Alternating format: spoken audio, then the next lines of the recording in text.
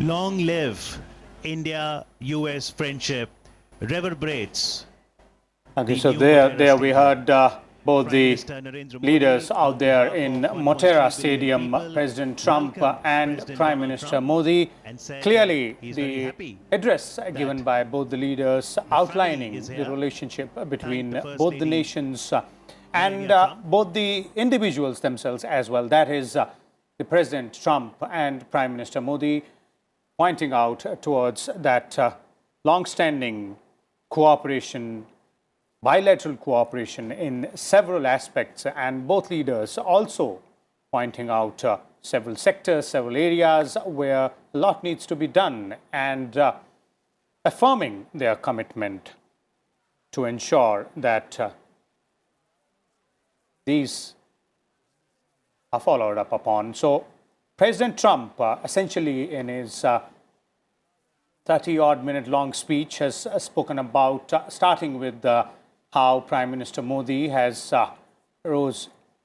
risen to be the top leader in India, his electoral victory, and then how his government has worked on uplifting poverty, strengthening the economy, and then drawing parallels between what is happening in India and what is happening in the United States under his leadership, under his government in USA.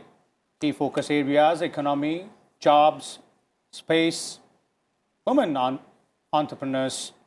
One area where Trump did mention a number of women entrepreneurs, specifically PIOs, working hard. And the President also making a mention of how both the nations are striving hard and putting all their efforts in to fight Islamic terror. Mention of Pakistan there as well, clearly pointing out how his administration has been working with Pakistan for a crackdown on terror elements, and he is hopeful of positive outcomes out there. Trade deal, President Trump did accept that Prime Minister Modi is a tough negotiator, so that's a deal which is still in the making, and he hoped that we might see some final decision being made by both the leaders out there. So we have three guests in the studio with us right now. Let's understand the consequences, or the other implications of the words uttered by both the leaders out there, President Trump and Prime Minister Modi. We have with us Mr. Harsh V. Pant and Professor Swan Singh and Pramit Pal Chaudhary as well. Let me begin with you, Professor Pant, and let's try and understand, the context specifically and the way the entire speech and the theme which both the leaders had, both President Trump and Prime Minister Modi. Apart from mutual admiration and bilateral cooperation, obviously there is a lot which has been talked about. Yes, I thought that both the speeches were largely for an audience outside the immediate periphery of where they were speaking. It was sort of broadening the conversation beyond just the talking points that the two leaders in their usual official negotiations usually persist on. And clearly the articulation was that apart from the bilateral engagements, there is a mutual respect for each other as leaders, and also a sense that perhaps Indo-US relationship have today come to a point where the two leaders, despite the differences, are comfortable enough to be coming, that the President Trump is in India at a difficult time for him domestically, electorally, and both sides seemed very comfortable and at ease with the number of initiatives, with the number of issues that are on the table, and that I think both in their assessment view the relationship as largely very, very positive, in very positive light, and perhaps the future trajectory of the relationship also remains one where the areas that you underlined, which the two speakers also underlined, was largely about where the relationship would be going. So it was also less of looking back, more of looking forward kind of speeches, where the idea was that, look, we have traversed a long distance, and the issues on the table are which will build this partnership for the future, with its space, economy, infrastructure, women entrepreneurs, etc. All these are issues which will take this, which are the benchmarks for the future, rather than looking back and looking at the troubles that this relationship has had. A forward-looking speech, Professor Singh? Indeed, forward-looking speech, and I think this was, as Professor Pant just mentioned, not meant just only for people in the stadium, but it's a speech which had the gravitas to be sort of used much later in giving direction, or in terms of academic studies or being quoted elsewhere. So all the right things all the right notes were in that sense pressed here. He mentioned himself to be the loyal friend of India, other than his friendship with the Prime Minister. He also mentioned that Indian economic story has been phenomenal in that sense. He mentioned of specific defense deal. He mentioned of space cooperation. He mentioned also of his commitment to fight terrorism. So basically, all the right notes were in fact in that sense audible in that speech. But I think it's also interesting to see how this large event will be viewed in several other capitals. Obviously, in Beijing or in Moscow, even in Washington, this event is being really assessed very, very seriously, and that clearly demonstrates India's capacity to orchestrate or manage such a large event of this size, and to have such a high octane pressed into minute to minute exercise of that 36 hours that President Trump is spending in this country. So in that sense, we are on that global scale in terms of being seen very carefully at each moment. And so far, I think it's gone very good so far. It doesn't look like anything has gone beyond expectations at this stage. Okay, so far so good, Ben. In terms of expectations, obviously everybody will look at these addresses, these speeches in their own way, and as you pointed out, they'll be interpreted in different manners in several corners as well. Pramit is also with us. Pramit, I'd like to bring you in on three specific aspects in President Trump's speech. One is Islamic terror, the other is the mention of Pakistan, and obviously President Trump saying that India and United States are on the path to becoming permanent defense partners. So how do you look at these three aspects in his speech? Yes, as you mentioned, I think the first thing to mention is that he spoke at length on the defense relationship, citing specific weapon systems that are being considered by India or have been bought by India in the past. That's relatively unusual for a US president. Normally on presidential visits, while there are references in the broadest sense to defense and security, to speak so strongly and openly and specifically about weapon systems and the lethality of America's military is a arguably unique Trumpian touch to the defense debate. Second, as you mentioned, he also makes a reference, I would argue, a coded reference to China, where he speaks about how India has succeeded while other countries use intimidation and coercion. India has succeeded by using freedom and diversity, like the United States. That I think is a very strong and direct reference to China. And then, of course, he mentions the Indo-Pacific. Pakistan, as you mentioned, he's interesting. He makes a very strong statement against Islamic terror, but he focuses largely on Iraq and Syria and how America has destroyed the original Islamic State, in the physical Islamic State in those countries. He says that we are working positively with Pakistan to try and stop them from sponsoring terror, but he doesn't make a direct criticism of Pakistan. And as you know, he's trying to work out a ceasefire maintain a ceasefire with the Taliban in Afghanistan, and eventually withdraw U.S. troops from Afghanistan, all of which the U.S. believes has to be done with Pakistan's cooperation. So he does attack Islamic terror, but he pulls his punches regarding Pakistan. Okay. And to be fair, in a speech in a third country, in an event like this, to attack a third country would be considered very unusual in diplomacy anywhere in the world. But I think it's as much as we can hope to get, if you wish, on Pakistan. And there was zero reference, I should point out, to Kashmir, as far as I could see anywhere in any of his speeches. Professor Sushant Singh ji, दो चीज़ें, एक तो जब मैं अगर Trump साहब के बयान को कोट करूं, भारत और अमेरिका दोनों ही आतंकवाद से पीड़ित हैं। कट्टर इस्लामी आतंकवाद से निपटने में भारत और अमेरिका साथ रहेंगे और अमेरिका भारत का प्रमुख रक्षा साझीदार है। वहीं दूसरी ओर पाकिस्तान को लेकर के आतंकवाद के खिलाफ जो वहाँ पर टेरर कैंप्स हैं, जो टेररिस्ट हैं, उस पर एक अच्छा काम हो रहा है और इससे ज़्यादा की उम्मीद अमेरिका को। ये दोनों जो बयान हैं, इसमें क्या आपको लगता है कि जो बिटवीन द लाइन्स है वो एक मैसेजिंग जो है? हाँ, नहीं, इसमें कोई आपस में विरोधाभास नहीं है दोनों चीज़ों में। अब देखें, इसी शुक्रवार को एक शांति संधि पर हस्ताक्षर होने वाली हैं अमेरिका और तालिबान के बीच में, और उसमें पाकिस्तान का सबसे बड़ा अहम रोल रहा है उसमें। और ये बात बार बार दोहराई भी है इस्लामाबाद में। उन्होंने अभी पूरे पिछले दिनों में ये बार बार ये कहा कि पाकिस्तान के योगदान के बगैर वो पॉसिबल नहीं था। तो इस यात्रा में अपने चुनाव के अलावा ये अफ़गानिस्तान से किस तरह से अपनी सेना को वापस घर बुलाया जाए, ये बात उनके लिए एक हाई प्रायोरिटी वाली बात है। उनके एजेंडे में ये प्रमुख है।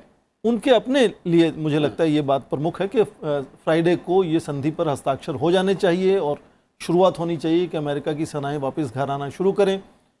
उसके बाद दो चीज़ें सामने आती हैं। एक तो ये कि यदि जब तालिबान का प्रभाव पाकिस्तान के साथ जुड़ा हुआ है, इसलिए जब बढ़ता है अफ़गानिस्तान में तो पाकिस्तान का प्रभाव भी उस देश में बढ़ता है।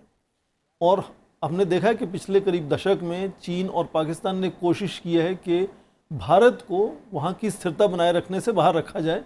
वो रूस, चीन और पाकिस्तान को जोड़कर कोशिश करते हैं काम करने की। और इस वक्त जब राष्ट्रपति ट्रंप भारत में हैं, भारत उनसे किस तरह से अपना तालमेल बना सकता है, अपना योगदान वहाँ देने के लिए, स्थिरता बनाए रखने के लिए अफ़गानिस्तान में, वो ज़रूरी है कि हमारा निवेश बहुत ज़्यादा वहाँ है। सामरिक निवेश और आर्थिक निवेश, दोनों तरह का निवेश हमारा वहाँ है। तो पाकिस्तान को इस वक्त उन्होंने जो एक तरह से शाबाशी देने की कोशिश की, वो जाहिर है कि वो शुक्रवार पर उनका ध्यान था कि संधि होने तक उनको पाकिस्तान की ज़रूरत है। और हो सकता है कि संधि होने के बाद और सेनाएं लौट जाएं तो पाकिस्तान का जो महत्व है अमेरिका के लिए वो भी कम हो जाएगा। तो उसके कई तरह से असर निकलेंगे। तो इस जो सेनाओं के वापस जाने के बाद वहाँ क्या हालत होगी, पाकिस्तान की क्या प्रभाव बढ़ेगा, उसको लेकर यहाँ बातचीत होना ज़रूरी है। और होगी इस बात पे बातचीत कि जो हमारी आपस में हिस्सेदारी है वो अफ़गानिस्तान में किस तरह से रंग लाएगी, और उसके साथ साथ जो विश्व स्तर पर भी एक अंतर्राष्ट्रीय संधि पर भी भारत काम कर रहा है कि अंतर्राष्ट्रीय स्तर पर एक ऐसी कन्वेंशन होनी चाहिए कि काउंटर टेररिज्म कैसे स्ट्रेटजी बनाई जाए, उसको परिभाषित किया कैसे जाए। वो चाहे विश्व स्तर पर काउंटर टेररिज्म की बात हो या हमारे बिल्कुल पड़ोस में जो ब्रीडिंग ग्राउंड्स हैं टेररिज्म के, उसकी बात हो। मुझे लगता है कि ये बहुत अहम मुद्दे हैं जिन पर बातचीत होगी और आपस में साझी समझ बनाने की कोशिश होगी दोनों तरफ से। हर्ष, जो प्रोफेसर स्वर्ण सिंह कह रहे हैं कि अगर मोटेरा में हम ट्रंप साहब के स्पीच को देखें और ख़ासतौर पर सामरिक मसलों के लिहाज और आतंकवाद को समझने की कोशिश करें, कोई ऐसा शब्द या कोई ऐसी लाइन जो आपको लगता है कि आनी चाहिए थी वो मिस हुई है, या कुछ एक्स्ट्रा बात या शाबाशी जो कि स्वर्ण सिंह जी कह रहे हैं कि पाकिस्तान को जो वहाँ से थोड़ी सी मिलती हुई दिख रही है उसकी ज़रूरत नहीं थी? नहीं, मुझे लगता है कि जिस तरह से जितनी ज़रूरत अमेरिका को इस समय पाकिस्तान की ऑस्टेंसिबली है उसको उन्होंने रिफ्लेक्ट किया अपनी स्पीच में। और ये बात देखिए, थोड़ा सा जो भारत में जो लोग बैठे हैं उनको भी ये बात एक्सेप्ट करनी चाहिए कि जितना प्रेशर ट्रंप एडमिनिस्ट्रेशन ने पाकिस्तान के ऊपर डाला है उतना पहले किसी एडमिनिस्ट्रेशन ने नहीं डाला। तो जहाँ पर बराक ओबामा साहब ख़त्म करते थे अपनी जब वो ख़त्म कर रहे थे अपनी प्रेसिडेंसी, जितना प्रेशर तब वो डाल रहे थे उतना प्रेशर ट्रंप साहब ने शुरू से डाला है। उसका नतीजा भारत को मिला है। इसमें जिस तरह का प्रेशर बना FATF में, जिस तरह का प्रेशर बना, जिस तरह की एड रोकी गई पाकिस्तान की, वो सब देखने में आया। दूसरा सवाल ये है कि जो अफ़गानिस्तान को लेकर इनकी प्रायोरिटी शुरू से थी, ट्रंप साहब जब राष्ट्रपति बनने से पहले भी ये कहते थे मैं दोनों देशों से इराक वापस लाऊंगा।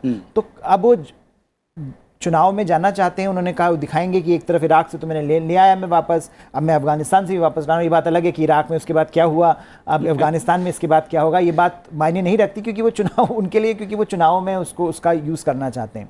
सवाल तो भारत के लिए ये है कि आप किस तरह से भारत अपनी जो डाइवर्जेंस है अमेरिका के साथ इस विषय पर उसको कम करता है। मुझे लगता है विजिट एक बहुत इंपॉर्टेंट प्लेटफॉर्म भारत को देगी, न सिर्फ अपनी बात रखने का पर यह भी समझने का कि आखिर ट्रंप साहब पोस्ट विड्रॉल क्या प्लान है, कि क्या सिर्फ ये प्लान है कि अब सीधे पाकिस्तान को चाबी दे दी जाए और आप चले जाएं और पाकिस्तान उसको एडमिनिस्टर करे तालिबान के द्वारा, या फिर अमेरिका ये चाहेगा कि उसका किसी तरह का प्रभाव वहाँ बना रहे, जो कि चाहे वो ऑल्टरनेट मिलिट्री बेसिस हों या दूसरे देशों के सहयोग के साथ, खासकर भारत के सहयोग के साथ। और उसमें कई तरह के मैसेजेस भी आए हैं। एक तरफ अमेरिका जिस तरह की डील साइन कर रहा है उसमें भारत का कोई खास औचित्य नहीं है, लेकिन दूसरी तरफ स्टेट डिपार्टमेंट से एलिस वेल्स के जो मैसेजेस आए हैं, जो स्टेटमेंट्स आए हैं, उसमें ये कहा गया है कि अमेरिका ये चाहता है कि भारत का प्रभाव बना रहे, भारत स्पेशली इकोनॉमिक इंफ्रास्ट्रक्चर में, क्योंकि भारत के पास बहुत बड़ा लेवरेज है कि अगर वो अपनी इकोनॉमिक इन्वेस्टमेंट वहाँ से ले लेता है वापस या नहीं आगे बढ़ता है तो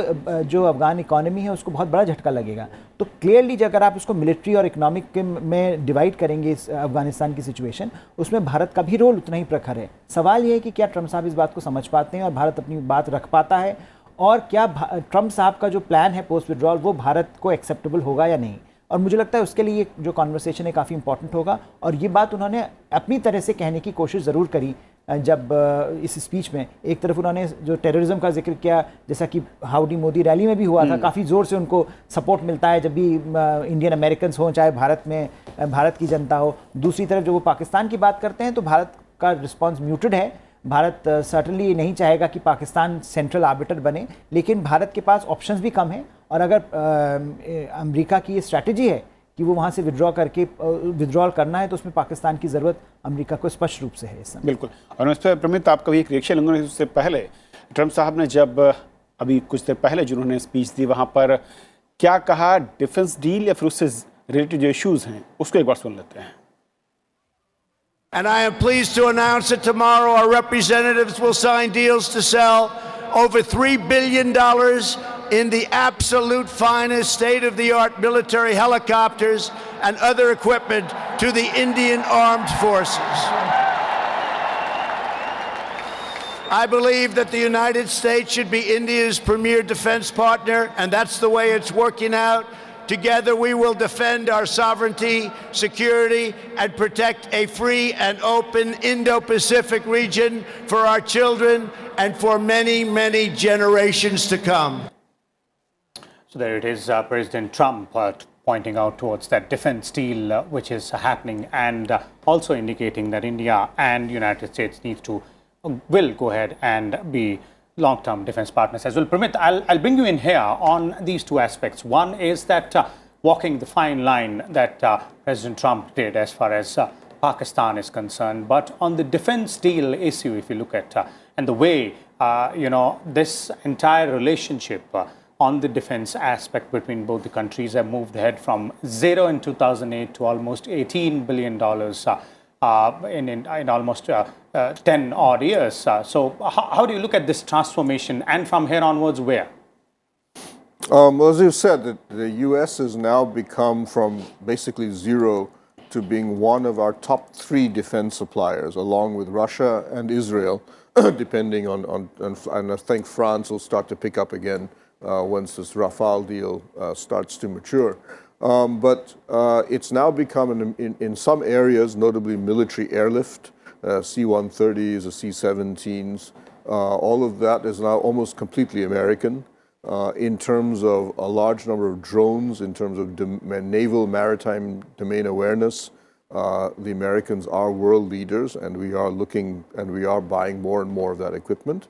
Then, as he's mentioned, the Apache attack helicopters, a second batch is coming in, and we will also be picking up a new set of the Chinook heavy lift helicopters, and now we're looking at buying naval helicopters for the U.S. So across the board, helicopters in particular, which are very important for a lot of our counterinsurgency, border defense, and so on, a lot of that is now going to be American, partly reflecting the failure of a lot of Russian equipment, which is not very good. But keep in mind, we're still avoiding buying what I would call major offensive platforms, i.e. fighter aircraft, warships, tanks. We're still not buying from the United States. And that reflects a continuing hedging strategy, I would argue, in the Indian broader defense policy. Okay, Professor Pant, in this particular sense, if you look at this particular aspect, this defense deals or relationship, now the defense deals have been a very important cornerstone of the Indo-US strategic partnership. But as Pramit is pointing out, that United States seems to be looking for more in terms of what they can provide India. Well, yes, certainly. I think United States, as President Trump himself said, would like United States to be the most important partner of India in defense. I think the trouble is, twofold. One, Pramit pointed out, there is a sense of lingering suspicion about, the perpetual question that hangs over India: how can America be trusted?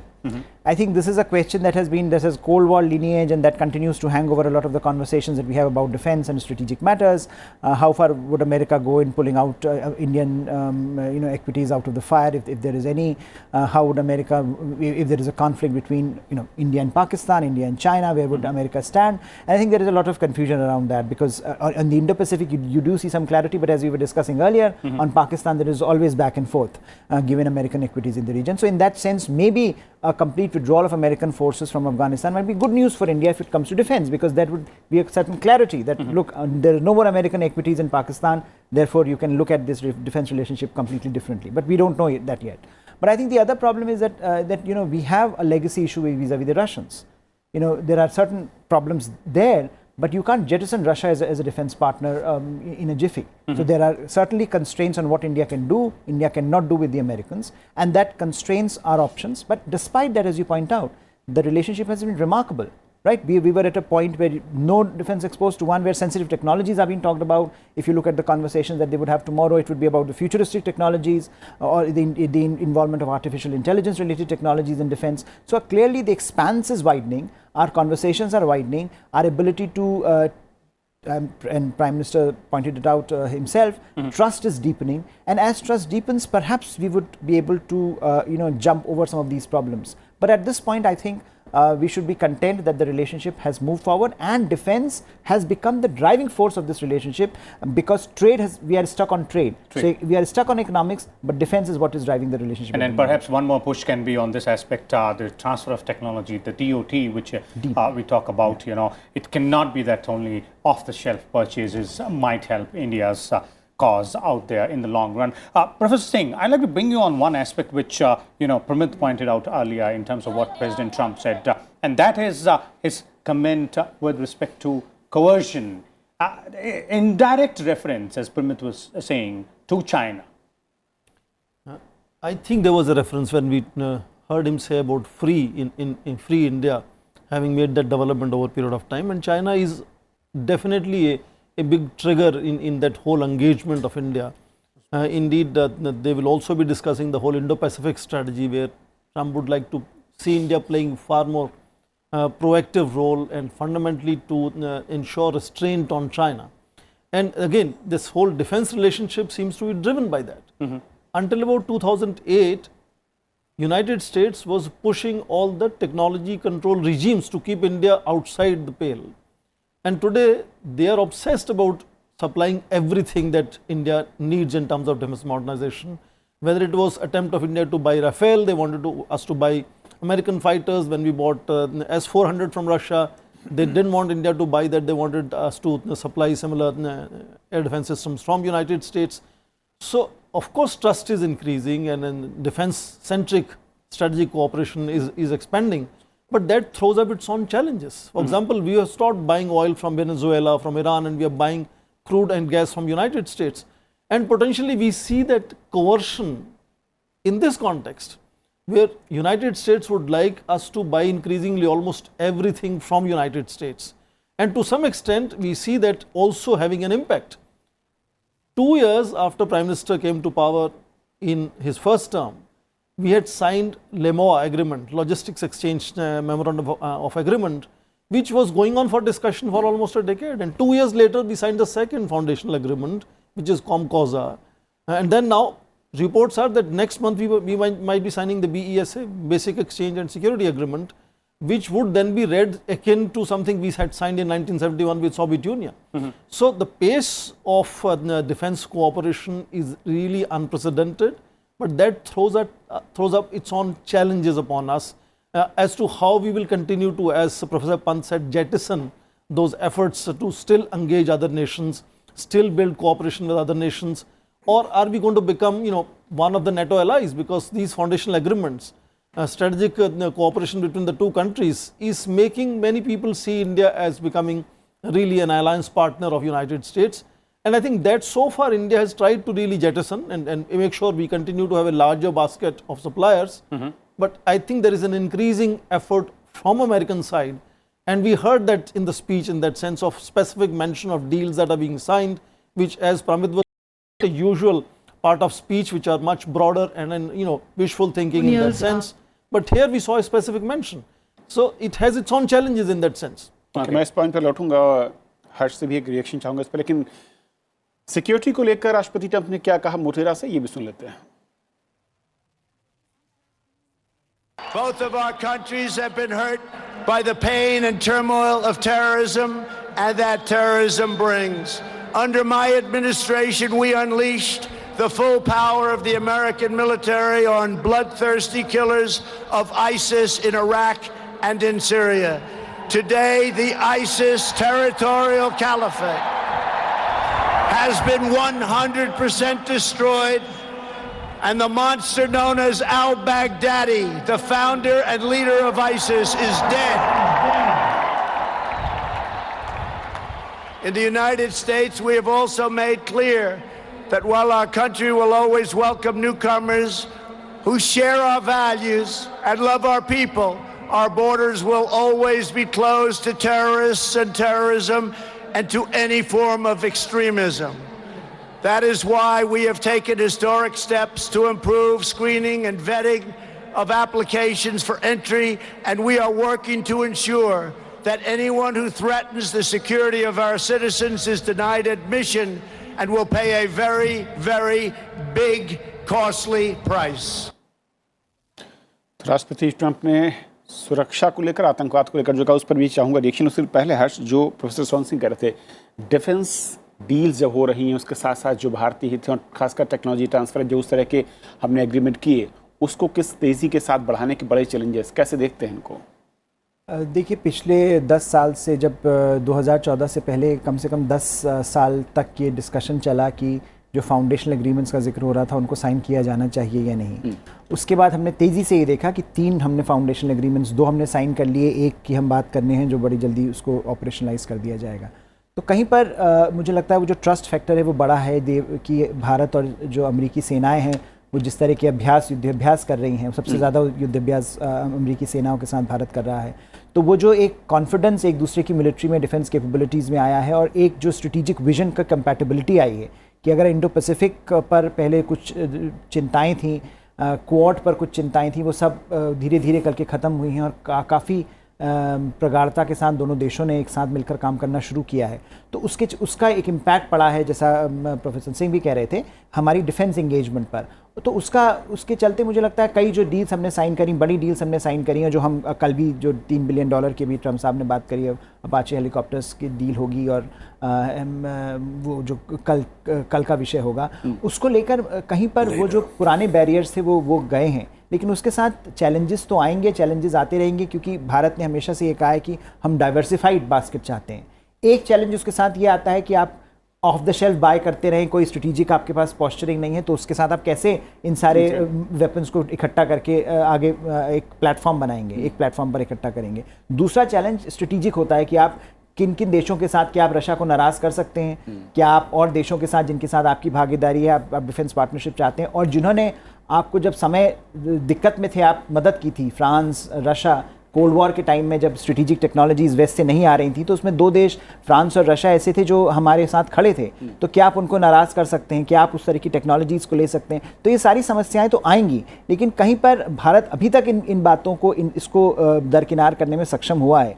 लेकिन अगर pressure पड़ेगा कि अगर trade, क्योंकि एक जो तरीका हमने ट्रेड को बैलेंस करने का चुना है वो ये कि ट्रेड में तो हम नहीं कर सकते कुछ, लेकिन डिफेंस में कर लेते हैं, तो वो कब तक चलेगा? अगर ट्रेड की समस्या का समाधान नहीं होगा तो ये जो डिफेंस की जो एक आपने एक शॉर्टकट है आपके पास, उसका भी जो यूज़ है, वो यूटिलिटी है, वो कम हो जाती है. लेकिन ये ज़रूर है कि अगर स्ट्रेटेजिक पार्टनरशिप, स्ट्रेटेजिक जो आपके विजन है वो कंपैटिबल है, तो उसमें आप अब धीरे धीरे क्वेश्चंस ऑफ इंटरऑपरेबिलिटी भी आता है कि क्या हमारी जो सेनाएं हैं जो जिस तरह की कॉम्प्लेक्सिटी का युद्धाभ्यास कर रही हैं, उसको लेकर आप धीरे धीरे प्लेटफॉर्म्स को इंटीग्रेट कर पाएंगे कि आप, क्योंकि अभी जो जिस तरह के हमने कॉमकासा में जिसमें इंक्रिप्टेड इंफॉर्मेशन शेयर होगी, आगे जो टेक्नोलॉजीज़ हैं उसमें आप और ज़्यादा कोऑर्डिनेट कर पाएंगे, उसको लेकर आप किस तरह से प्रभावशाली अपना जो मिलिट्री आपकी है उसको बना पाएंगे, क्या आप दूसरे देशों की मदद लेकर भारत का पावर प्रोजेक्शन बढ़ा पाएंगे. ये सारे क्वेश्चंस भारत के सामने हैं, और इसमें भारत ने जो अभी तक का रास्ता अख्तियार किया है वो ये कि हम ज़्यादा से ज़्यादा देश जो लाइक माइंडेड है उनके साथ काम करने को तैयार हैं उसमें, लेकिन ये जो रास्ता है ये थोड़ी दूर तक ही चल सकता है। आपको एक जगह आकर ये डिसाइड करना पड़ेगा कि आपको किसके साथ ज़्यादा इंटीग्रेशन करना है, और वहाँ पर समस्या फिर थोड़ी सी ज़्यादा बढ़ जाएगी। प्रमित, जो बात हर्ष कह रहे हैं कि डिफेंस डील अगर कहें और जो डाइवर्सिफाइड बास्केट की बात हो रही वो एक बड़ा चैलेंज है, और अगर ट्रेड डेफिसिट है उसको क्या डिफेंस डील के जरिए कहीं ना कहीं बराबर करने की कोशिश, वो कितना बड़ा challenge? President Trump takes trade deficits very seriously, but actually, in official figures, defense deals do not actually count in actual trade numbers. But nonetheless, it's taken as an important signal as to how close the two countries are. If I buy a fighter aircraft, I in effect lock my air defense, my offensive air capacity, to another country for the next 20 to 30 years. It's not just a purchase that lasts for 4 or 5 years. You have to keep buying that same weapon. You have to have spare parts. You have to have missiles, upgrades. You effectively tie yourself, and that's the reason why when you buy an offensive platform, it's a sign of the degree of trust that you have in another country. As has been mentioned, India remains a little skeptical of the United States, but it is also increasingly skeptical of Russia. It is important to realize that the closeness between Russia and China now makes us increasingly unwilling to buy offensive platforms. So we buy the S-400, which is a defensive system, but I suspect we will probably not buy a future fighter aircraft with Russia, and you'll notice we abandoned the 5th generation fighter program with them.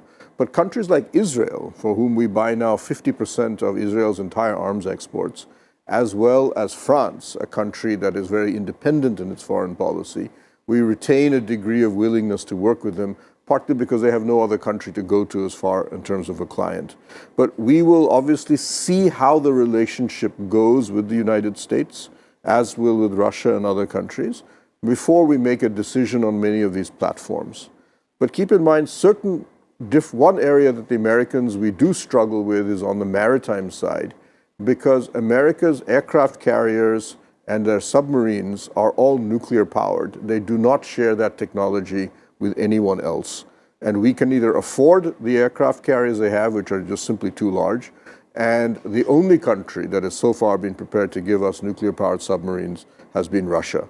So this is one of the reasons why we have to keep diversifying, keep a diversified base for our defense systems.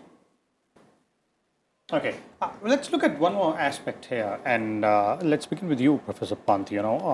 Apart from what President Trump said, Prime Minister Modi, also makes certain points which clearly indicate as to where India would want this particular relationship to move ahead, and he pointed out about new alignments in 21st century in the world order, new challenges and new opportunities as well. So according to you, what is it that he's indicating at here?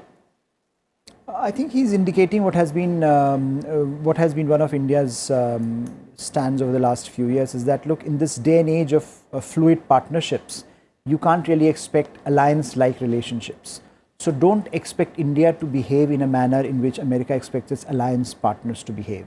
India would engage with America on terms that are of India's making, because India also believes that India should have good relations, stable relationships with countries like Russia, or for that matter even China. We have problems with China, but we want to manage those problems. So clearly there is an understanding in the Indian policy establishment that India would like that fluidity to use as an opportunity for itself.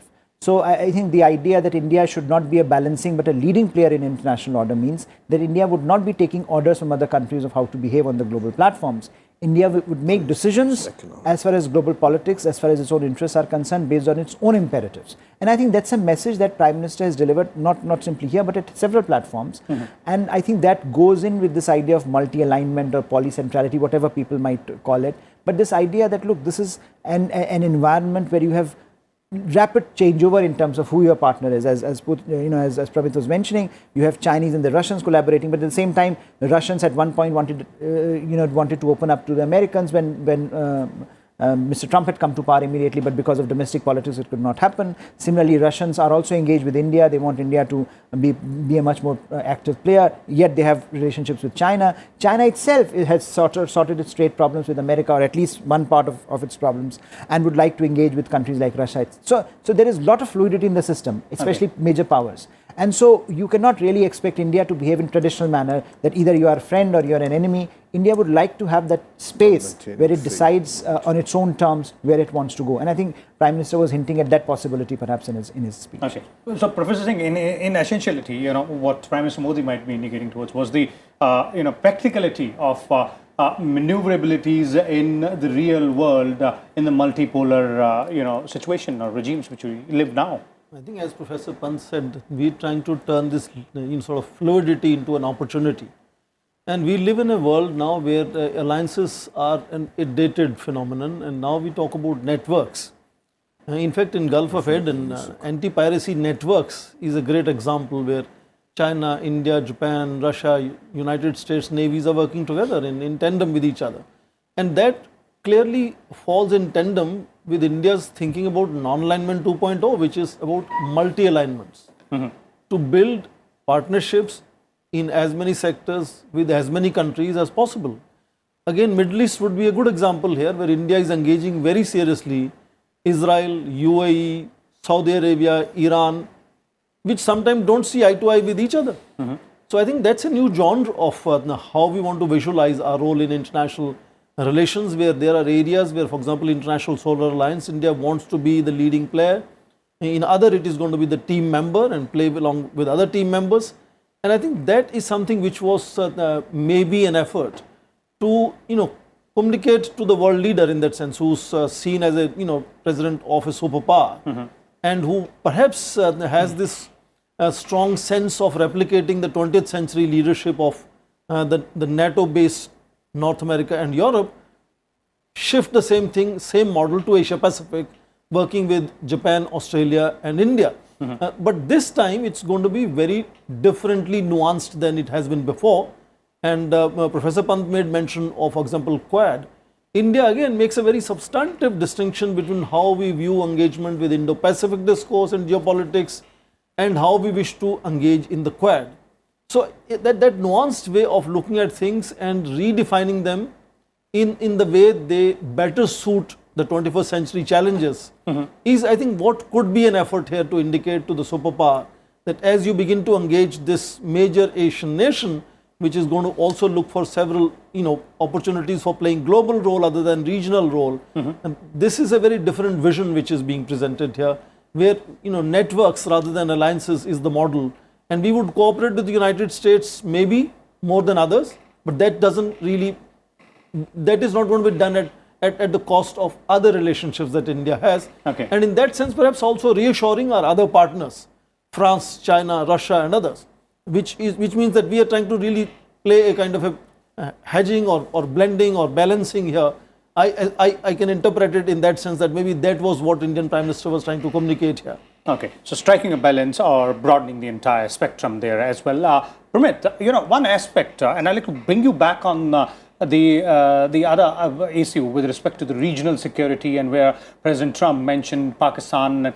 In your previous comments, you're pointing out, how and why he had said that. But if you look at this particular situation in what India's concerns are as far as Afghan-Pak theatre is concerned, and the way the deals are, a flurry of activity going on out there, a deal between Taliban and United States. Obviously, President Trump wants to pull out the troops as soon as possible because of the domestic constraints and the promises he made out there.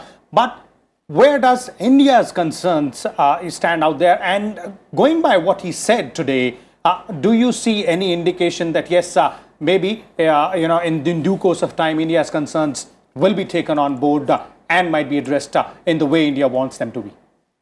Well, Trump, and I should point out Barack Obama before him, have all tried to push for U.S. withdrawal from Afghanistan.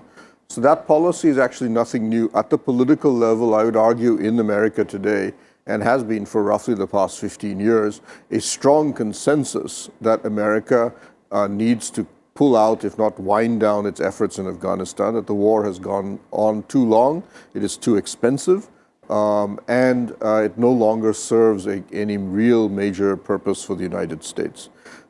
So you can see already in the Indian system, our foreign minister and others have said that, have already signaled that they accept that this is going to happen at some point, and therefore, while we thank America, I think is what the minister said, for the efforts and the burden that it has carried in Afghanistan and fighting the Taliban, it's accepted that this is at some point going to come to an end. The second point I would make, though, is that India, India's strategy has been really, I would argue, is to try and slow down the American departure and ensure that it's not done in a manner that is so hasty or so sudden that it automatically results in an Afghanistan that is basically a windfall for the Pakistan military and the ISI. So as you've said, we have tried hard to tell the Americans, slow down your departure, make sure you get the right guarantees and so on and so forth. And we've also supported internally, the American system is divided. As I said, the political leadership wants withdrawal, but the Pentagon, the State Department, and the intelligence agencies are opposed to an American withdrawal, arguing America still has a terrorist problem coming out of Afghanistan. So we've in many ways encouraged those elements in Washington that hold for a slow withdrawal.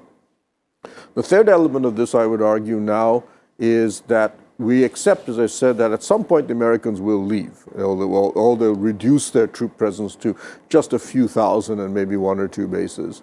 But I think what we're seeing right now with Trump, he has now tried repeatedly over the past 4 years to pull out of Afghanistan, and all he's been able to do is withdraw a small number of troops. The assumption is that his present attempt at a ceasefire and a withdrawal is really just, as you've mentioned, something to keep his electorate happy.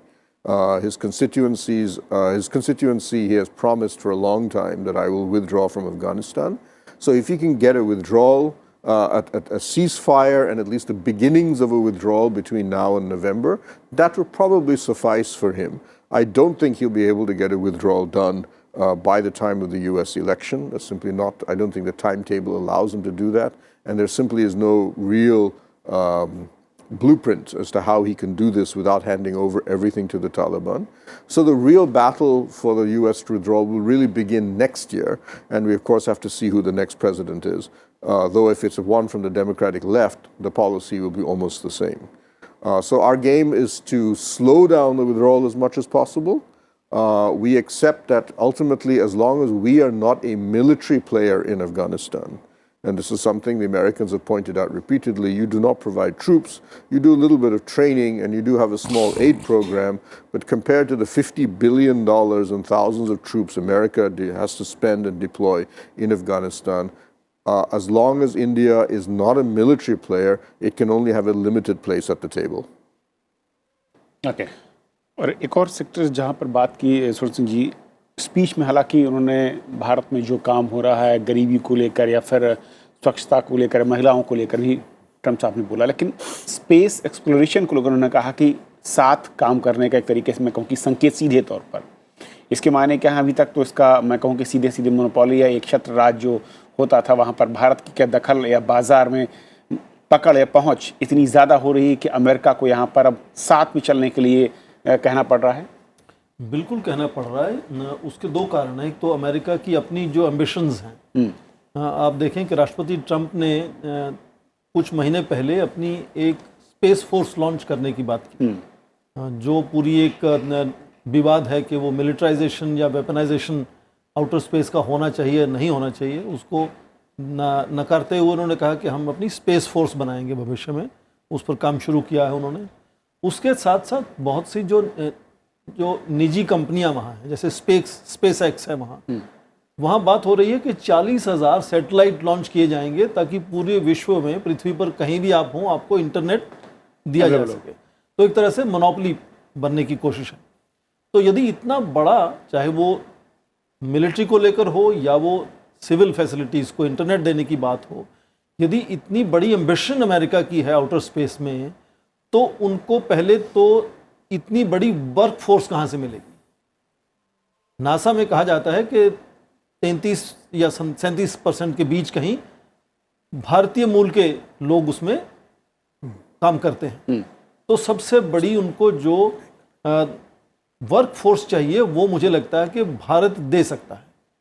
दूसरा, इस तरह की space technology को सस्ते दामों पर produce करने में भारत बिल्कुल विश्व प्रसिद्ध है। हमारे इसरो की उदाहरण दी जाती हैं कि हम इस तरह की तकनीक कितने कम दामों पर बना सकते हैं। तो यदि उनको ये वर्क फोर्स और अप्रोप्रिएट इकोनॉमिक एक्सेस चाहिए टेक्नोलॉजीज़ को, तो जाहिर है कि शायद आज अमेरिका के पास इतनी बड़ी अपनी एम्बिशन को पूरा करने के लिए कोई और दूसरा पार्टनर नहीं है। चीन नहीं हो सकता क्योंकि उसके साथ रिश्ते अलग हैं, रूस नहीं हो सकता, उसके साथ रिश्ते अलग हैं, और यूरोप में शायद उतनी तकनीक आगे हो सकती है, पर वर्क फोर्स और इकोनॉमिक कॉस्ट इफेक्टिव तकनीक देना वो पॉसिबल नहीं। तो उनके पास शायद आज बहुत ज़्यादा चॉइस विकल्प नहीं है उनको कि किस देश को अपने साथ जोड़ना चाहेंगे। हाँ, ये बात भी कहना ज़रूरी होगा कि भारत को भी उसकी ज़रूरत है। तो उसके साथ अभी जो भी हम कह रहे हैं कि जो कॉमकोजा को जो एग्रीमेंट हुआ था कम्युनिकेशन कंपैटिबिलिटी का, उसमें यही तो था कि आप स्पेशल इंफॉर्मेशन को एक दूसरे के साथ, जो सैटेलाइट मैपिंग है वो एक दूसरे के साथ शेयर करेंगे, खासकर आपकी सुरक्षा रक्षा को लेकर यदि उसकी ज़रूरत है तो। और उसके बाद अभी जो basic exchange and security agreement की बात है, तो वो आउटर स्पेस में हमारी हिस्सेदारी बढ़ती हुई नज़र आती है, केवल इसलिए नहीं कि हमें प्यार है एक दूसरे से, बल्कि उनकी और हमारी दोनों की शायद आज ज़रूरत है कि हम तालमेल बनाकर मिलकर कोशिश करें, यहाँ अमेरिका की अति आधुनिक तकनीक को हम पा सकें और हमारी वर्क फोर्स और कॉस्ट इफेक्टिव टेक्नोलॉजी की उनको एक्सेस मिले, ताकि इतने बड़े प्रोजेक्ट वो करना चाहते हैं वो कर सकें। हर्ष, बहुत क्रूशियल है कि स्पेस में टेक्नोलॉजी, अमेरिका, मैन पावर और सस्ता, मैं कहूँ कि जो प्रोजेक्ट रहे हैं सबसे सस्ते प्रोजेक्ट, उसके लिए भारत ने महारत हासिल कर ली है, और इसलिए शायद साथ चलने की बात ट्रम्प साहब कर रहे हैं यहाँ पर। हाँ, और जिस तरह से मुझे लगता है भारत ने पिछले कुछ सालों में अपनी कैपेसिटी का प्रदर्शन किया है, चाहे वो रीजनल सैटेलाइट इनिशिएटिव्स हों या और जो प्रोजेक्ट्स इनिशिएट किए हैं चंद्रयान या एल्सवेयर, उसका मुझे लगता है इम्पैक्ट कहीं पर अमेरिकी कॉन्शियसनेस पर हुआ है कि भारत एक इम्पॉर्टेंट पार्टनर है, इम्पॉर्टेंट फोर्स है। और दूसरा, जिस एक डिस्कशन काफ़ी होता रहा है मिलिटराइजेशन ऑफ स्पेस, और कैसे जो वहाँ पर रजीम है अभी, वो जो ग्लोबल रजीम्स हैं वो इक्विटेबल नहीं हैं, और उसमें अभी भी माइट इज़ राइट वाली पॉलिसी ही बड़ा फ्रेमवर्क है। तो कहीं पर भारत ने वहाँ पर भी जाकर ये बात बार बार रखने की कोशिश करी कि अगर मिलिटराइजेशन अगर प्रेजेंट पैटर्न चलता रहा तो मिलिटराइजेशन के अलावा कोई और औचित्य नहीं होगा। इससे पहले भारत ने जो भी अपनी प्रस्तुति रखी है वो इसी बात को लेकर रखी थी कि किस तरह से एक मल्टीलैटरल फ्रेमवर्क स्पेस में किया जाए, जिससे कि जो डेवलप्ड और डेवलपिंग कंट्रीज़ की नीड्स हैं उनको भी केटर किया जा सके। तो मुझे लगता है उसको देखते हुए अमेरिका के पास जो बाकी बातें हुई, cost effectiveness, man power, Bharat की कैपेबिलिटीज़ और भारत की अपनी नीड्स भी इससे जुड़ी हुई हैं, तो वो भारत रखने में सक्षम हुआ है, और कहीं पर अमेरिका को कन्विंस करने में सक्षम हुआ है कि भारत जैसे देश के साथ पार्टनरशिप उसके लिए भी उतनी ज़रूरी है जितनी भारत के लिए वो पार्टनरशिप ज़रूरी है। प्रमित, आप कैसे देखते हैं कि अगर स्पेस टेक्नोलॉजी की बात हो रही है, स्पेस के मिशंस को लेकर कॉपरेशन की बात ट्रम्प साहब कर रहे हैं इंडिया के साथ मिलकर? NASA has always been a partner to ISRO in its past space programs, especially in the past decade. And even in programs like the Chandrayaan and so on, we have had worked with American companies, American technology. And in part, this is because of the very close relationship between the Chinese and Russian space programs. So there's been an automatic sort of degree of rivalry, geopolitical rivalry on this front. Though India has announced recently, for example, that it plans to work with Russia at least in some space areas. However, one of the problems that we will face over the coming years is that the American space program is increasingly becoming a private sector space program. Whether it's Elon Musk or various other programs, NASA's role is slowly dwindling within the American space program. The future of American space is in private corporations are taking the forward movement. They're carrying out the major innovations, at least in those areas like communications and satellites and remote sensing, though not necessarily, of course, planetary exploration. So one of the things that we will probably need or we should be exploring in India, and I believe we've had a number of papers and committees on this issue, is when does India begin to promote space as a private sector initiative in India? We've had one or two companies attempt to do that in India with minimal success because the ecosystem in India really doesn't exist. ISRO dominates completely that area. So we're hoping that I think in the next maybe 5-10 years, one of the areas that I'm hoping we'll see in space is the rise of at least a small, maybe a sort of medium-sized Indian private sector space sector, which can then work directly with their American counterparts. In many ways, I think that's the missing link for the Indo-space cooperation. Okay. Let's look at another aspect out here, and let me begin with you, Professor Pant, on one more aspect which President Trump spoke on, and that is his immigration policy, where he put it across in a way that it is interlinked with the security aspect and all that. Perhaps the idea was here to also assuage the concerns of the Indian community or the Indian government, which has time and again put its concern across the board on the immigration policy out there. Yes, and I think the way perhaps he put it, also aligns with some of the things that India has been saying for its own policy on immigration. But I think the larger point here has always been that the professional community, especially in the software sector, which has always looked at America as a primary destination, has come under that part of the immigration aspect has come under stress because of what Mr. Trump has not only said but done in terms of limiting the numbers, etc. Though they have tried to balance it out in some ways later on. But clearly the message is very clear that this is the kind of the expansive immigration policy that America at one point was following certainly will not be the future.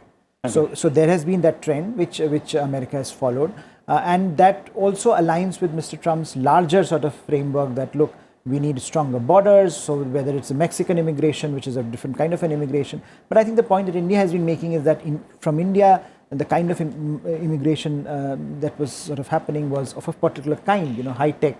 Highly educated sector which was going to America and helping America become what America is today in terms of its prowess in certain sectors, high tech sectors. Look at this, the rise of Silicon Valley, which is primarily an Indian American led ambition and an enterprise. So clearly, what Mr. Trump has been saying that, while he may agree with some of the ideas that India may put on board, he clearly has a distinct point of view and he would like to follow that policy. And I don't think that is going to change because that is something that he feels resonates with his base. That is something that he feels got him elected in the first place. And the domestic interests are aligned out there. So clearly he's not going to jettison that aspect of his policy. What I think might happen is that on a case-to-case basis, perhaps, as we have seen in the last 2 years, where in certain areas they have relaxed some of the numbers. They have given some leeway to Indian companies. They have given some leeway to Indian professionals.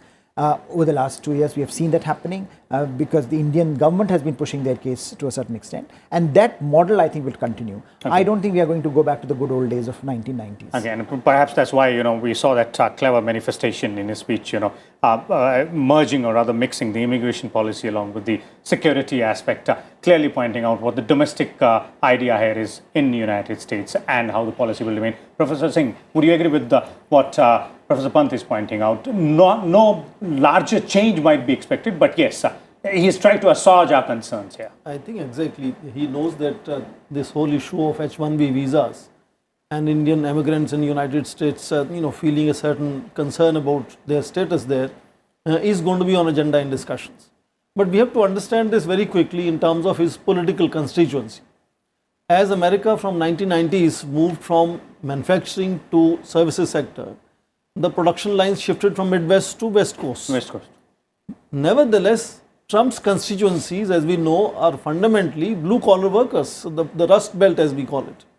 And he has to assuage them, explaining as to if there is an increasing disparity in income levels in the United States, who is stealing away their money? Why are those people still not able to live good lives? And he has to find a villain, just like America at some stage, when Soviet Union collapsed, found terrorism very useful. Domestically also, the immigrants are good to blame because several of them are first generation people. They are contributing enormously to the redeeming of American economy, but not all of them are voters. Whereas the Rust Belt poor people who are losing jobs are his voters. And therefore, it is easy to blame on immigrants and assuage both, not only India in this speech, but in his political discourse, assuage his own constituencies at home. But he also fully understands that his economy's rebound is happening because of immigrants. So if you know the kind of rhetoric that he has been giving in terms of his tweets and speeches has not been followed on the ground even in United States. There is definitely some impact because workforce which is implementing these decisions on the ground are still impacted upon, and they may have their own grievances against immigrants. Okay. But here I think you have to see the disjunction between the speaking rhetoric and the action on the ground. And here very clearly to assuage Indian establishment, assuage Indian people, he is making that statement. But I think as the election comes nearer and he goes back home, we will see that rhetoric being revived over a period of time, and that could again become an issue of concern. Maybe in his private closed door parlays, he's going to really reassure Indian establishment, Indian leadership that will be a requirement of his election rhetoric, and please don't really get disturbed far too much about it. He's assuaging that feeling here, both in open and in closed door meetings, particularly because when he goes back and starts, going into his hustings, he will bring that rhetoric back, and that could have an impact on bilateral relationship. And I think that's an effort to assuage that relationship doesn't get derailed because of his rising rhetoric again as he goes into elections. Okay. Pramit, how do you view this comment on the immigration policy and the way it was put forth by President Trump? Trump has made the argument, and I would argue even on the policy level, that illegal migration is the primary concern that he has. Hence his focus on the Mexican wall, on Central American refugees, and clamping down very hard on people who do not have the right papers and documents. This is a very small component of the Indian-American migration story, and so it doesn't affect India that much. In any case, India has taken a very similar hard line on illegal migration. On legal migration, Trump has focused, as has been mentioned already, on the H-1B visas. But keep in mind, the laws regarding H-1B visas have not been touched. They remain exactly as they were when he was elected 5 years ago. That has left to the remit of the U.S. Congress and the industrial lobbies in Silicon Valley that try to bring those workers in. And so therefore, what he has only focused on is tightening the regulatory environment, the actual rules regarding H-1B visas. So that has made H-1B visas and working visas more difficult to get a hold of, but they remain. You can still get them. That hasn't changed. And I would say that unlike other countries, there are a number of countries, for example, he just announced the immigrant visas, which is those people who get green cards. The flow of Indian continue to be relatively strong. In fact, unlike he has actually clamped down, recently announced 4 countries, and then there was another earlier 7 countries. He's actually imposed complete bans on large numbers of countries. For example, Nigeria, the biggest nation in Africa, has received a complete ban just last month on all immigrant visas being issued to Nigerians. And so have other countries, both in Asia and in Africa. That has not happened to India so far. So in the context of, you wish, an anti-immigrant, protectionist economic presidency, India, I would argue, has gotten off relatively lightly. Pakistan, for example, has now had an almost complete clampdown since, if I remember correctly, April last year, on immigrant visas and working visas by the United States. So on that front, we have gotten off relatively lightly. My sense is the game is that we have to merge immigration somehow, if possible, with the trade agreements that we are hoping to negotiate with the United States. countries like Australia, for example, when they have signed free trade agreements with the United States, have built in a permanent H-1B quota for themselves so that it can never be touched either by the US Congress or the presidency without abrogating the entire free trade agreement. That's a path we may want to consider. We've never gone down that path, and it's something I think India should look at. And it's something that depoliticizes immigration as far as the United States system is concerned. और professor Sonu Singh ji, जो आज मोटेरा से speech हुई है Trump साहब की, अगर मैं उसको संकेत के तौर पर समझना पढ़ना चाहूँ, कल जब दिल्ली में बैठक होगी, मुलाकातों का दौर होगा, वहाँ से कुछ हम पढ़ सकते हैं, या फिर जैसा कि व्हाइट हाउस के मैं ट्वीट से इस वक्त देख रहा था, जहाँ पर यहाँ की भीड़ और ट्रंप साहब के जो आतंकवाद को लेकर अंतर्राष्ट्रीय पटल पर जो उन्होंने काम किया उसके ट्वीट्स को हाईलाइट किया जा रहा है, तो क्या मैसेजिंग वहाँ पर ज़्यादा है या कल के लिए ज़्यादा है? नहीं, मुझे लगता है ट्वीट्स में हम अपडेट देख सकते हैं, पर जो बेसिक निर्देशन है उनकी तरफ से कि कहाँ ले जाना चाहते हैं रिश्तों को, या कल यहाँ आकर किस तरह की बातचीत करेंगे, क्या विचार विमर्श होगा, उसको हमें शायद स्पीच से ज़्यादा देखना पड़ेगा, क्योंकि स्पीच जो है वो एक बहुत ही कहें कि सोच समझ कर तैयार की जाती है। ट्वीट्स टाइम टू टाइम में किस तरह के बदलाव आ रहे हैं, उनको किस तरह का लग रहा है यहाँ आकर, अपने लोगों के उत्साह को देखकर, उनके स्वागत को देखकर, वो रिस्पांस शायद इंस्टेंटेनियस है, वो बहुत सोची समझी रिस्पांस नहीं है। और स्पीच में यहाँ उन्होंने आपके सामने दो तीन चीज़ें बहुत ज़ोर देकर कहीं, रक्षा के जो आपस में हिस्सेदारी बनाने की बात हुई है, टेक्नोलॉजी ट्रांसफ़र की बात हुई है, स्पेस कोऑपरेशन की बात हुई है, आतंकवाद से लड़ने की बात भी हुई है, और बार बार ये अपनी दोस्ती का जो एहसास उन्होंने दिलाने की कोशिश की, न केवल व्यक्तिगत तौर पर भारत के प्रधानमंत्री के साथ, बल्कि पूरे देश के साथ उन्होंने जो अपनी दोस्ती का हाथ आगे बढ़ाने की एक तरह से संकेत किया है। मुझे लगता है वो निर्देशन करेगा कि कल किस तरह से बहुत सी ठोस जो मुद्दे हैं उन पर तालमेल बनाया जाएगा, और कुछ ये भी कोशिश होगी कि जो जटिल मुद्दे हैं जैसे व्यापार की संधि है, तो यदि उस पर हस्ताक्षर नहीं हो पा रहे हैं तो क्या कुछ दूसरे जो आयाम हैं, दूसरी जो संधियां हैं, उनमें कुछ ऐसा जोड़ा जा सकता है। जैसे हम बहुत शायद ध्यान केंद्रित कर रहे हैं कि व्यापार की संधि नहीं हो पा रही, और उसके साथ ही साथ देखें कि हम सुन रहे हैं कि एक तो इंटेलेक्चुअल प्रॉपर्टी प्रोटेक्शन की बात होगी, उस पर संधि होने वाली है, ट्रेड फैसिलिटेशन पर संधि होने वाली है, और उसके साथ साथ हमारी गैस की डिस्ट्रीब्यूशन को लेकर इंडियन ऑयल कॉरपोरेशन के साथ वहाँ की मोबिल, एक्सॉन मोबिल और एक दूसरी कंपनी चार्ट कॉरपोरेशन के साथ संधि होने वाली है। तो ये भी तो व्यापार ही है एक तरह से। और सबसे बड़ी बात, उन्होंने कहा कि अगले महीने बेसिक एक्सचेंज और सिक्योरिटी एग्रीमेंट तो साइन होगी। ये भी कहा कि बड़ी तेजी से दोनों नेता एक निर्देशन देंगे अपने सभी बाकी अफसरों को कि आपस में एक comprehensive economic free trade agreement की बात कर रहे हैं। तो यदि सीमित संधि नहीं हो पा रही तो शायद उन्होंने जो भविष्य में कहा कि थोड़ी देर से आएंगे पर दुरुस्त आएंगे, पर उस वक्त शायद बहुत बड़ी संधि करने की एक उन्होंने संकेत किया कि वो होने वाली है। तो ये कोशिश है कि किस तरह से दोनों देश अपने अपने राष्ट्रहित को आगे बढ़ा पाएं।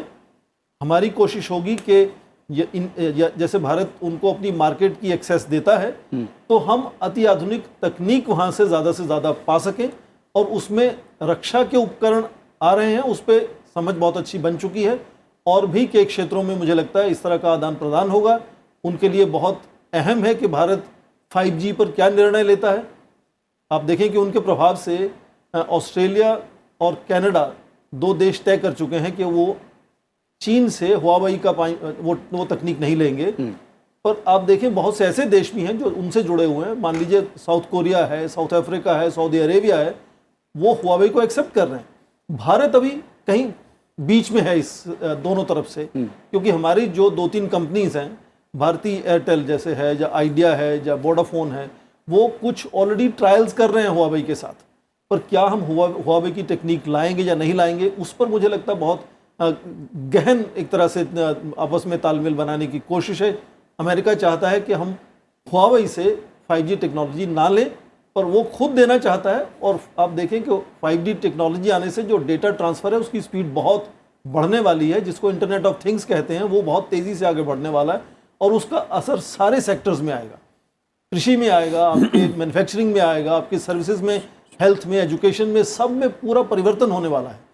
तो रक्षा उपकरण आने की तो तालमेल बन चुका है, पर मुझे लगता है दूसरी तरह से, जैसे हम सिविल एविएशन में बहुत बड़ा हमारे व्यापार बढ़ने वाला है, उसमें बहुत सी चीज़ें हम अमेरिका से खरीदने वाले हैं। तो ये जो डेफिसिट की हम बात करते हैं, वो मुझे लगता है कि ये नई हम जो खरीद फरोख्त कर रहे हैं, चाहे वो गैस की हो या क्रूड की हो, सिविल एविएशन की हो, 5G की हो, तो उससे अपने आप ही वो तालमेल और एक तरह से व्यापार का हमारा जो है बैलेंस बन जाएगा।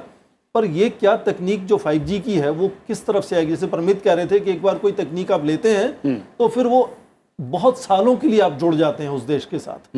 तो वो बहुत सोच समझकर हमें बैलेंस मेंटेन करना होगा कि क्या हम चीन से भी जुड़े रहेंगे या नहीं जुड़े रहेंगे, या केवल ये आइदर और हमें पुश कर देगा, जो कोशिश है अमेरिका की, आप माई वे और हाईवे जिसको कहते हैं कि आप हमसे या लें फिर या किसी से भी मत लें। यदि हमसे लेते हैं तो भारत की कोशिश है कि हम बहुत से देशों से अपने हिस्सेदारी बनाएंगे। और 5G पर भी ये इंटरेस्टिंग बात होगी कि हम अमेरिका से लेते हैं क्या, उसके साथ साथ चीन से भी कुछ ऐसी तकनीक लेते हैं या नहीं लेते हैं। तो मुझे लगता है कि संकेत इस तरह के हैं कि दोस्ती आगे बढ़ेगी।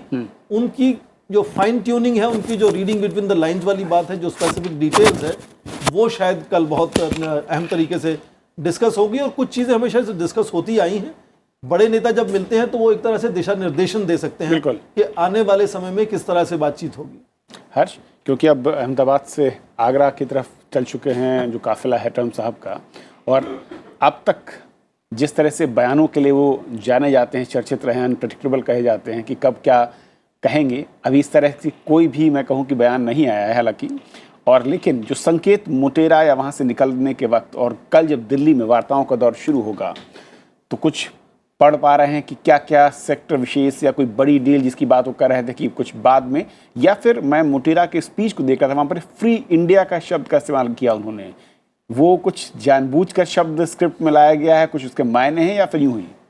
नहीं, मुझे लगता है कि देखिए फ्री इंडिया का जो शब्द है वो जानबूझकर इस्तेमाल हुआ है, और उसमें वो कहीं पर एक डिस्टिंक्शन कर रहे हैं चीन के साथ, कहीं पर वो एक तरह से इंडिया को एज अ फ्री डेमोक्रेसी के रूप में खड़ा होने के जो प्लेटफॉर्म है वो दे रहे हैं। और एक जो नेचुरल अट्रैक्शन है इंडिया का अमेरिका में और ट्रम्प साहब का भी कि जो फ्री सोसाइटीज़ हैं वो किस तरह से इम्पॉर्टेंट है अमेरिका के लिए, इंटरनेशनल रिलेशंस के लिए, अमेरिकी फॉरेन पॉलिसी के लिए, उस पर ध्यान केंद्रित करती हैं और भारत कितना इम्पोर्टेंट है उस प्लेटफॉर्म में, उसका वो नज़र आता है। लेकिन देखिए ट्रम्प साहब को असेस करना हमेशा बड़ा डिफ़िकल्ट काम है, और सबसे ज़्यादा डिफ़िकल्ट तब होगा जब वो अपनी प्रेस कॉन्फ्रेंस करेंगे जो अनस्क्रिप्टेड होगी। अभी तक सब स्क्रिप्टेड चल रहा है, तो वो जो जॉइंट स्टेटमेंट के बाद जो प्रेस कॉन्फ्रेंस होती है उसमें वो क्या कहते हैं, उसमें वो अनस्क्रिप्टेड क्या कह जाते हैं, वहाँ पर मेरे ख्याल से दोनों तरफ की ब्यूरोक्रेसीज लगी होंगी उसको मैनेज करने में, और उनके लिए वो सबसे इम्पोर्टेंट क्षण होगा। लेकिन जो उन्होंने मोटा मोटा अभी अंदेशा दिया है वो यही दिया है कि जो ब्रॉड कॉन्टूर्स हैं इस रिलेशनशिप के वो उससे सहमत है, जो ब्रॉड ट्रैजेक्टरी है वो उसको और आगे ले जाना चाहते हैं, जो जिस तरह की कॉन्वर्सेशंस भारत और अमेरिका में आज हो रहे हैं वो और ज़्यादा फॉरवर्ड लुकिंग हों, उसमें जिस तरह के इश्यूज़ वो ला रहे हैं, डिफेंस, स्पेस, एनर्जी, क्लाइमेट, जिसमें कि उन्होंने ज़्यादा जिक्र नहीं किया क्लाइमेट का क्योंकि वो उनका काफ़ी कंट्रोवर्शियल उसमें असेसमेंट रहता है क्लाइमेट चेंज में, पर इकोनॉमिक्स और ट्रेड, तो उसको देखते हुए मुझे लगता है कि उसका और जो उन्होंने जो प्रिंसिपल्स की बात करी जिसका आपने जिक्र किया, फ्री डेमोक्रेसी, इन सब प्रिंसिपल्स को लेकर भारत और अमेरिका के जो संबंध हैं वो सशक्त होने के अलावा उनको कोई चारा नज़र नहीं आता। तो उसके लिए जैसा आपने देखा कि हमने बिल क्लिंटन से, जॉर्ज डब्ल्यू बुश से, फिर बराक ओबामा, और अब यहाँ हम डिफरेंट एडमिनिस्ट्रेशंस को पार करके, डिफरेंट तरह के प्रेसिडेंट्स को पार करके और ख़ासकर ट्रम्प साहब को पार करके यहाँ तक पहुँचे हैं जो अपने आप में एक उपलब्धि है। और भारत और अमेरिका के संबंध मुझे नहीं लगता कि ऐसा कोई इशू है जो डिरेल कर सकता है। हमारे पास इरिटेंट्स बने हुए हैं, उन इरिटेंट्स को कैसे रिजॉल्व किया जाता है। और कल जिसका भी जिक्र हो रहा था कि अगर ट्रेड पर कोई एग्रीमेंट न भी हो, लेकिन मुझे ऐसा लगता है कि अगर एक प्रिंसिपल सेट ऑफ फ्रेमवर्क आता है सामने जो कि दोनों लीडर्स प्रेजेंट करते हैं, जिसके बेसिस पर नेगोशिएटर्स आगे बढ़ा पाएँ, वो मुझे लगता है एक इफेक्टिव माइलस्टोन साबित हो सकता है। लेकिन और जो बाकी इशूज़ हैं उस पर तो कॉन्ग्रुएंस ओपन है, चाहे इंडो पैसिफिक हो, चाहे वो डिफेंस हो, चाहे वो स्पेस हो, तो उसमें तो कोई ऐसा मुद्दा नज़र नहीं आता जहाँ पर बहुत ज़्यादा परेशानी है। H1B का जो मुद्दा है, जो इमिग्रेशन का मुद्दा है, वहाँ पर भी आप देखिए कन्वर्जेंस बनी हुई है। कई ऐसे मुद्दे हैं जो भारत के आंतरिक मुद्दे हैं जिस पर ये थोड़ा सा विवाद बना हुआ है कि क्या वो उसको उठाएंगे या नहीं उठाएंगे। तो मुझे लगता है पब्लिकली तो ऐसा कुछ नहीं होगा जिससे कि ये विजिट डिरेल हो, क्योंकि प्रेसिडेंट ट्रंप के लिए भी ये डोमेस्टिक ऑडियंस के लिए बहुत इंपॉर्टेंट है। तो वो उसको ऐसे प्रोजेक्ट करेंगे जैसे बड़ी सक्सेसफुल विजिट के बाद लौटे हैं। उनको बहुत ज़्यादा ऐसे मौके नहीं मिलते जहाँ इतने सारे लोग उनको फ्लैटर करें, उनको पब्लिकली इस तरह का सेरेमोनियल वेलकम मिले। तो मुझे लगता है इसको वो वहाँ भी उनकी डोमेस्टिक ऑडियंस के लिए भी रखेंगे। तो जो एक बैलेंस बनाया हुआ है उन्होंने अभी तक, वो होपफुली कल तक बना रहेगा, और जो ठोस परिणाम हमको चाहिए वो कल कुछ सब्सटैंटिव एरियाज पर हमको दिखाई देंगे। Okay. Well, Major General Dhruv C. Katoch is also with us here in the studio.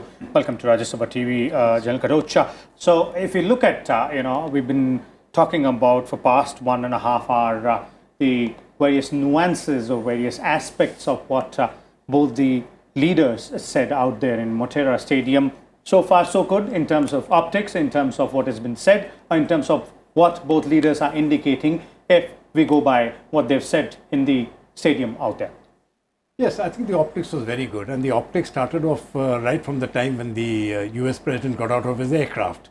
It was a very warm reception which he got, all the way to the Sabarmati, to Gandhi's ashram, and from there onwards onto the Motera Stadium. But I think some of the things which really struck out was at the Sabarmati ashram, the way President Trump actually, did the spinning with the First Lady. These are very small gestures, but I think which are very important gestures. And I think another very important gesture was the Indian Prime Minister with the US President and the First Lady of the US sitting together just outside after they had finished there in a small little chit chat. I think these make for very good visual optics, and it simply serves to show the very strong bonds which the two leaders have. The chemistry which they have developed with each other. But getting down to what really happened at Motera, in the speech which the US president gave, I think it was a very, very important speech, and I get the feeling it will set the stage for the deliberations which are going to take place tomorrow.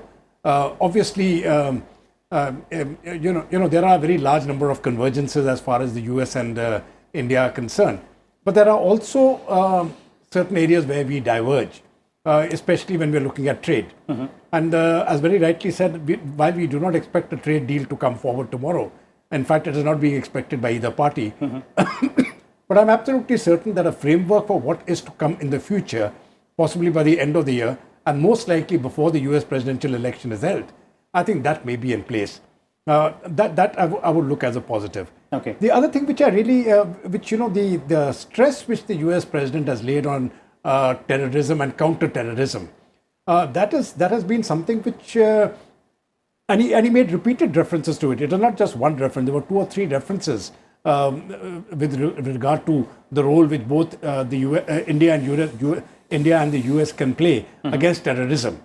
And I think that is another very, very strong positive, which has sent strong signals to very recipient countries. I think it is a signal to Pakistan. I think it is a signal also to the Afghan Taliban. And it is, on the way I looked at it, it's also a signal to Iran. Because when we are talking of terrorism, while no country per se has been mentioned, Indian concerns basically revolve around what Pakistan is doing, and American concerns really revolve around their differences with Iran, and of course their desire to get out of Afghanistan. So, to which way the messaging will work or how strong that messaging will be will have to be seen. But we must also understand that while the president may, in a sense, raise a finger against Pakistan, the US needs Pakistan's support at this point of time. Okay. They are determined to get out of Afghanistan. Whether that will take place in the time frame, we will see. So that the peace deal with the Afghan Taliban is in the offing by the end of this month. What will happen, whether the peace deal will take place, whether it will not, that time will tell. But I think he will be, President Donald Trump and the US administration will be a bit, concerned about the Pakistani reactions. Okay. And I think they will be sensitive to their feelings also. Okay. And let's look at one more aspect. And Professor Pant, I'll come back to you. Something on which President Trump, spent a significant amount of time in his speech in the initial first 10 minutes or so, and later on as well, about speaking about Indian diversity, Indian culture, and he mentioned a lot of leaders, specifically somebody like Mahatma Gandhi, Sardar Patel. He also mentioned Swami Vivekananda, and then other celebrities as well, Sachin Tendulkar. So quite a lot of references to the Indian culture, Indian personalities out there. This seems very significant when you talk about people-to-people connect, or that building that chemistry right before a day before the formal dialogue process or the negotiations which are to take place. Well, I think one of the most significant aspects of Indo-US relationship is, which makes Indo-US relationship so special and so different from other relationships, is that it is both top-down and bottom-up. There's a sense in which people-to-people ties have been so important in the way the relationship is achieved where it is today. It would not have been possible without the issues that we were discussing, our software consultants, our software engineers, our academics going to America, and our students going there. Practically everyone in the middle class aspires to go to America or has been to America. So clearly there has been, that has driven that relationship, and that has pushed, I think, the leaders also to visualize the relationship in and more acknowledge expansive that terms. aspect. Absolutely. And I think that is what is happening. From Howdy Modi what was Howdy Modi? It was all about Mr. Modi going to America and underlining the importance of Indian Americans. And now I think when Mr. Trump is coming here and he acknowledges the fact that you have in India we have such a cultural landscape, such diverse cultural landscape where different ethnicities, different communities can live together peacefully. He's also recognizing the fact that in many ways India and America are similar societies, and that has driven the relationship forward. That needs to be acknowledged, that needs to be preserved, and that connect needs to be enhanced. And that seems to me to be a very important factor in terms of not only Mr. Trump's own personal ambitions in terms of attracting some Indian Americans perhaps to his voting base, but also to the larger trajectory of Indo-US relationship, which for all the other things, the strategic, defense, economics and trade, sometimes we miss this aspect that we are two societies which are very similar, and that has been an important element in driving the relationship forward. So I think that acknowledgement was an important one to make, and that acknowledgement is also something that he's been emphasizing in terms of his own domestic audience. After all, his base, as we were talking earlier, is a Midwest base, is a Rust Belt base. They might ask, why were you in India? So clearly he has to make it a point that, look, India is a country that is very similar to us. India is a country that has similar aspirations. And therefore it is very important for America to engage with that country. And unlike other countries which he can be dismissive of, India is a country that he has not been dismissive of. And I think you have to acknowledge the fact that his base has been a very important factor in driving that conversation. And India's diversity, India's own domestic articulation of that projection of India's soft power has been an important part of that experience. Kharoj sir, जिसकी कुछ देर पहले हर्ष ने कहा कि रिश्तों की trajectory और forward looking, अगर इन दोनों पैरामीटर को समझना चाहें, ट्रंप साहब की विजिट और जो रिलेशन इस वक्त इंडिया के साथ दिखता है, क्या है आपके नज़रिए से? देखिए, जैसे प्रोफेसर हर्ष पंत ने अभी कहा, ये जो सॉफ्ट पावर की बात की और पीपल टू पीपल रिलेशनशिप की बात की, इसमें मैं थोड़ी सी कुछ और पॉइंट्स जोड़ने चाहता हूँ। ये जो पीपल की पीपल रिलेशनशिप है भारत और अमेरिका के साथ, ये बहुत पुराने रिश्ते हैं। और अगर आप देखोगे 1947 से जब से भारत आज़ाद हुआ है आज तक, बेशक पॉलिटिकल रिश्ते हमारे भारत और अमेरिका के ऊपर नीचे चढ़ते रहे, और उसका सबसे लो पॉइंट 1971 था। लेकिन जो पीपल टू पीपल रिलेशनशिप है वो हमेशा मजबूत रहे हैं। 1947 से लेके आज तक जो लोगों के बीच में जो रिश्ते हैं, जो उनका पॉपुलेशन और हमारे पॉपुलेशन के बीच में जो रिश्ते हैं, वो हमेशा मजबूत रहे हैं।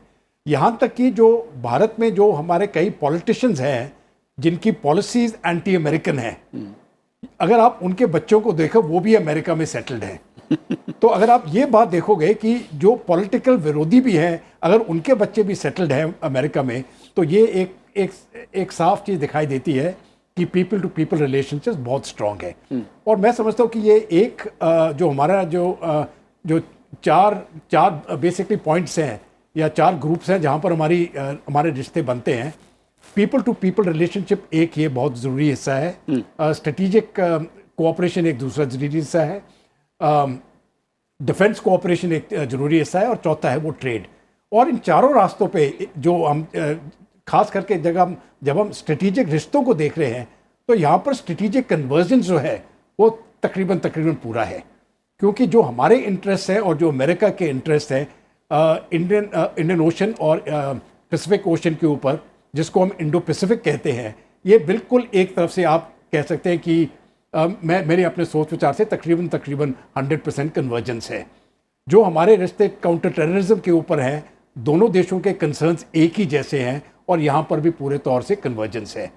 जहाँ तक जो रीजनल सिचुएशन है, यहाँ पर हल्का सा मैं समझता हूँ कुछ डाइवर्जेंस आ जाता है, क्योंकि जिस प्रकार से वेस्ट एशिया में जो इस प्रकार की स्थिति है, मैं समझता हूँ कि ये भारत के लिए सही नहीं है, क्योंकि जितनी इंस्टेबिलिटी वेस्ट एशिया में आती है एनर्जी सप्लाईज के ऊपर उसमें